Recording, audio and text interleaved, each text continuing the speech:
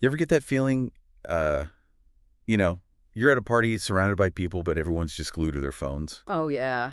And like you're trying to have a conversation, Right. but it's like you're competing with 1,000 tiny screens for attention.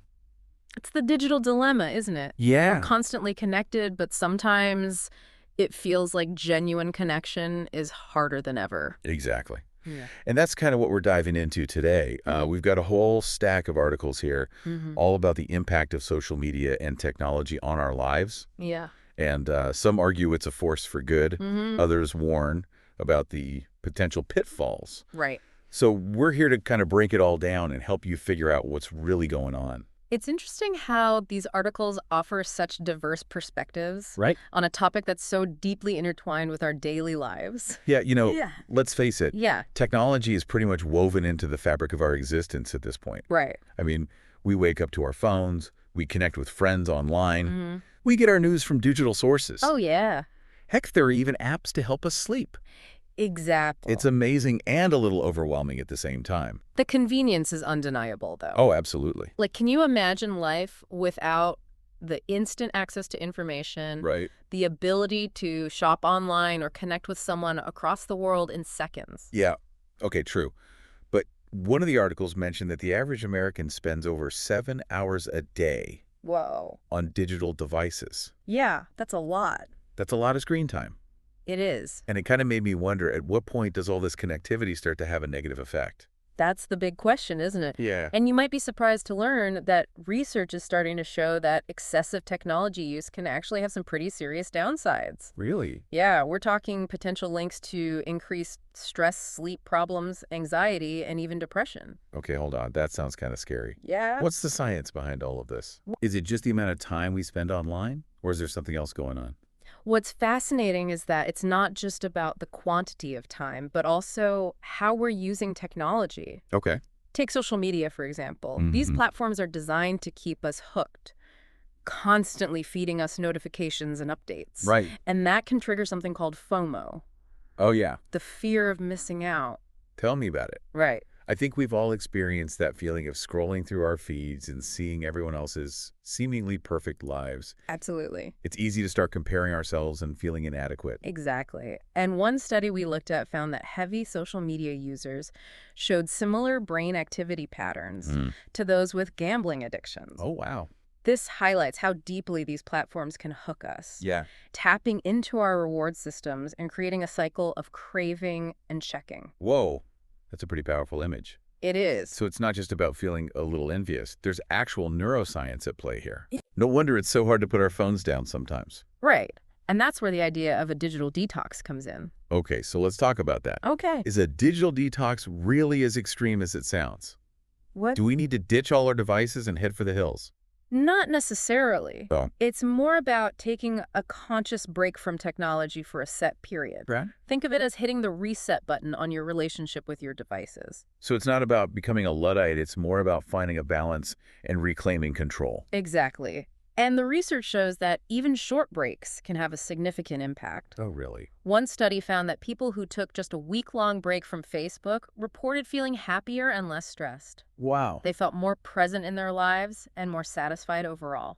That's interesting. A week without Facebook sounds like a challenge, Yeah. but maybe it's worth it for those benefits. Right. So if someone's thinking about trying a digital detox, what are some of the specific advantages they might notice? Well, one of the most immediate benefits is often improved focus.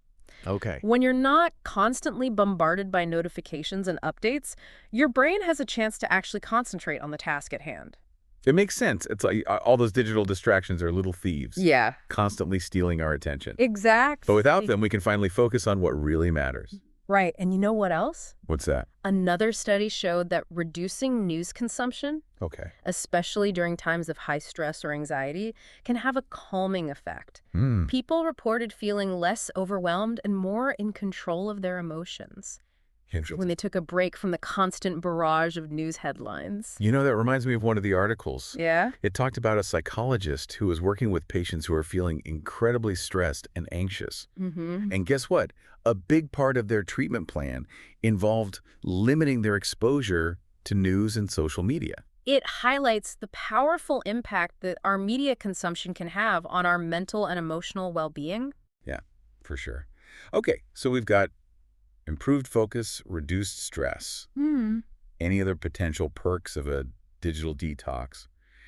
What about our relationships? Sure. Does taking a break from technology affect how we connect with others? Absolutely. Many people report having more meaningful social interactions when they're not glued to their phones. Okay. They're more present and engaged in conversations, Hmm. make more eye contact, Yeah. and genuinely enjoy the company of others without feeling the need to document everything on social media. That's so true. Right. I've definitely been guilty of being half present in conversations because I'm also trying to catch up on Instagram. We've all been there. Not my proudest moments. But a digital detox can help us break free from those compulsive phone checking habits and rediscover the joy of real life connections. Okay, so this all sounds pretty great. Right. But how do you know if you really need a digital detox? That's a great question. What are some signs that it might be time to take a break? One of the articles we looked at offered some helpful self-assessment questions. For instance, do you find yourself constantly frustrated or annoyed by social media? Do you compare yourself to others online and end up feeling insecure? Well, those are hitting a little close to home. Right. What else should people be looking out for? Well, think about your phone habits. Okay. Do you check social media the moment you wake up? Mm.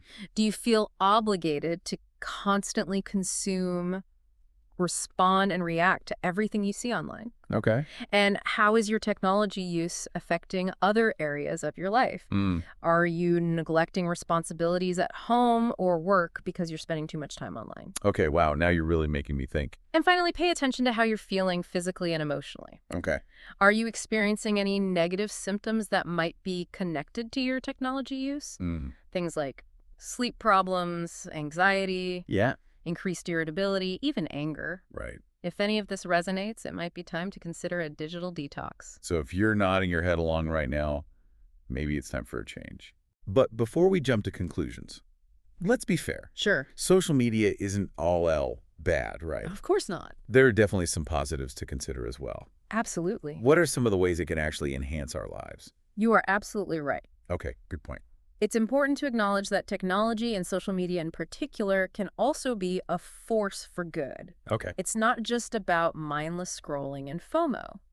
So let's flip the script and talk about the potential upsides. Okay. What are some ways social media can benefit us?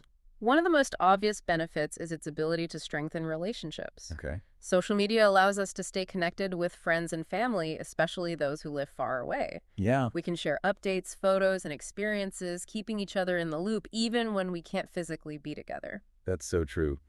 I've reconnected with so many friends online after years of not being in touch. Right. It's amazing how social media can bridge those gaps. Absolutely. And it's not just about maintaining existing relationships, right? Social media can also help us build new ones. Absolutely. Okay. It's a fantastic tool for finding communities and connecting with people who share your interests. Mm. Think about all the online groups and forums dedicated to hobbies, passions, and causes. Right. These platforms provide a sense of belonging and allow people to connect with like-minded individuals from all over the world. You know, one of the articles mentioned a middle school that actually integrated social media into its curriculum in a positive way. Oh, wow. And get this, they saw an increase in grades and attendance. That's incredible. It's a great example of how social media, when used thoughtfully, can actually be a force for good. Exactly. It shows that social media can be a powerful tool for education and community building. Yeah, For sure. that's amazing. It really challenges the notion that social media is inherently bad. Right. It's all about how we use it. Right, exactly. And it's not just about connections and communities. Yeah. Social media can also play a crucial role in reducing stigma around important topics. Things like mental health, chronic illnesses, and even social justice issues. Mm-hmm. It provides a platform for people to share their stories, find support, and challenge misconceptions. That's so important. Yeah. It's like social media can give a voice to those who might otherwise feel silenced. Exactly. And those conversations can spark real change. Precisely, social media can amplify marginalized voices and mobilize people around shared goals. Right. Think about movements like #MeToo and #BlackLivesMatter. Yeah. These movements harness the power of social media to raise awareness and demand justice. It's like social media has this incredible potential to connect us and inspire action. Absolutely. But of course, with great power comes great responsibility. Of course. We've got to be mindful of how we use these platforms. Absolutely. It's a balancing act. Yeah. We've talked about the downsides and the upsides. Right. So where do we go from here? Yeah, where do we go from here? How do we find that sweet spot, that digital balance where technology enhances our lives without taking over? That's the million-dollar question. Yeah. Is there a magic formula, a one-size-fits-all solution? I wish there were. But the truth is, finding your digital balance is a personal journey. Okay. It's about figuring out what works best for you and your individual needs. So it's not about following a set of rigid rules. Right. It's about being mindful and intentional. Exactly. And there are definitely some strategies that can help you create a healthier and happier digital life. Okay, where are they? One of the simplest but most effective is to set limits on your screen time. Okay. Many devices now have built-in features that allow you to track and manage your app usage. Oh, yeah. Those screen time reports can be pretty eye-opening. I know, right? Sometimes I'm horrified by how much time I've spent scrolling through social media. They can be a real wake-up call. Yeah. And once you're aware of your usage patterns, Right. you can start setting realistic goals for reducing your screen time. Okay. Even small adjustments can make a big difference, for example. You might consider deleting or disabling certain apps, especially during specific times of the day. Like maybe silencing social media notifications during work hours or an hour before bed. Exactly. It's about creating boundaries and respecting them. So it's like having designated office hours for social media. Yeah. That's a great analogy. What other tips do you have? Well, another helpful strategy is to schedule dedicated social media time. Okay. Instead of constantly checking throughout the day, Yeah, okay. maybe you set aside 30 minutes in the morning and 30 minutes in the evening to catch up on your feeds. So it's about being proactive and making conscious choices rather than just reacting to every notification. Right. And when you are engaging with social media, pay attention to the content you're consuming. Okay. Consider curating your feed by unfollowing accounts that trigger negative emotions or make you feel pressured to keep up. That's a great point. We all have those accounts that make us feel a little less than. Yeah. Unfollowing them can be a real act of self-care. Absolutely. And remember, there's a whole world out there beyond the screen. Yeah. Make sure you're prioritizing offline activities that bring you joy and help you connect with the world around you. Right. Spend time with loved ones, engage in hobbies, explore nature, anything that nourishes your soul. It's so easy to get caught up in the digital world and forget about the simple pleasures of real life.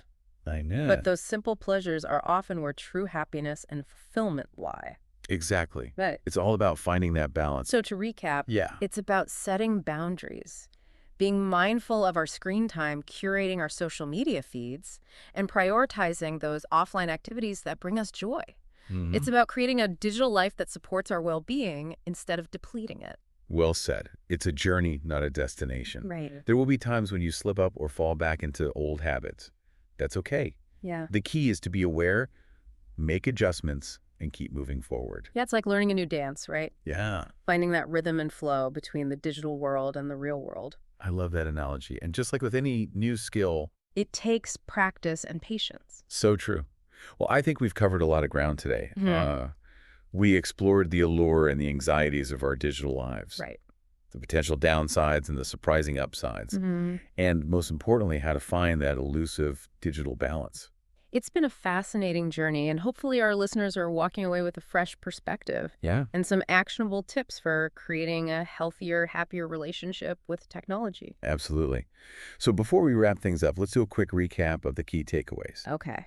We started by acknowledging how deeply technology is intertwined with our lives. Right.